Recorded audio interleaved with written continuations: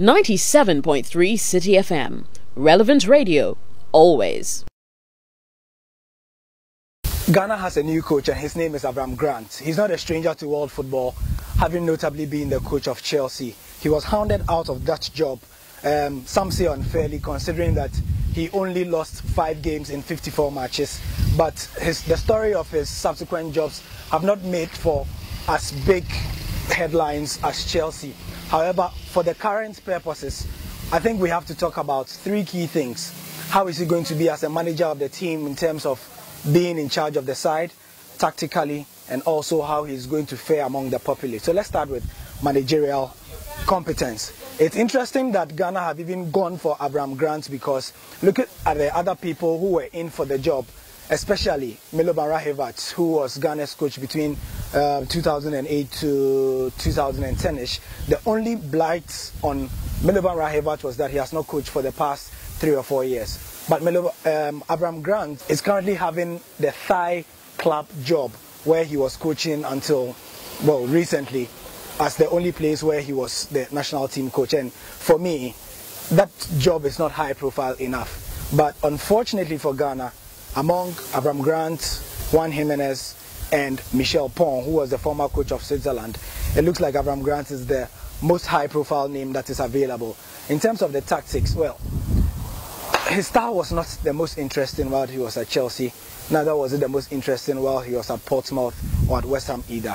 At best, I can describe him as a pragmatic coach who works with the material he has.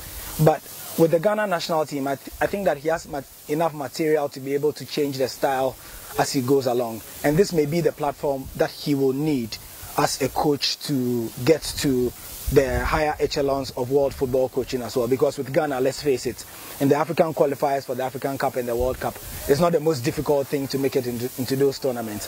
What it will mean is that, can he have the temperament to deal with the Ghana Football Association and their notorious politics? Can he have the temperament to deal with the Ghana national team players and their notorious ins and outs and mood swings and all that? And most of all, can he have the temperament to deal with the notorious Ghana media? The examples have been there to see.